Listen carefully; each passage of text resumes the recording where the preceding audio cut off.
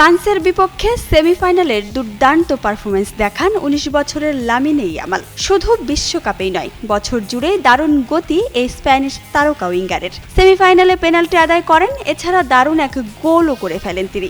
যদিও পরবর্তীতে গোলটি বাতিল হয়, তবে সবশেষে জয় ধরা দেয় তারই হাতে। প্রথমবার বিশ্বকাপ খেলতে আসা তরুণ স্প্যানিশের চোখ এখন শিরোপার দিকে। কিলিয়ান এমবাপ্পের ফ্রান্সকে হারানোর পর সামাজিক যোগাযোগ মাধ্যম ইনস্টাগ্রামে ম্যাচের কয়েকটি ছবি পোস্ট করেন ইয়ামাল। সেখানে এক লাইনে জানান দেন নিজেদের রোড টু ফাইনালের কথা। স্পেনের বিস্ময়বালক লেখেন, নুয়েভায়ল ভামোস পোর্টি, যার বাংলা অর্থ নিউ ইয়র্ক আমরা আসছি। ক্লেমন নিয়ে এলো বিরাট কারবার। ইউনিক কোডটি সাবমিট করলে জিততে পারো লক্ষ লক্ষ গিফট। বিস্তারিত ফেসবুক পেজে। ২০১০ সালে দক্ষিণ আফ্রিকায় ফ্রান্সকে হারিয়ে বিশ্বকাপ জয়ের পর প্রথমবারের মতো আবারও বিশ্বকাপের ফাইনালে উঠল স্পেন। ইতিহাসে এটি তাদের দ্বিতীয় বিশ্বকাপ ফাইনাল। আগামী রোববার নিউ ইয়র্কের নিউ জার্সি স্টেডিয়ামে শিরোপা জেতার রুদ্ধশ্বাস লড়াইয়ের অপেক্ষায় লামিনে ইয়ামালের স্পেন।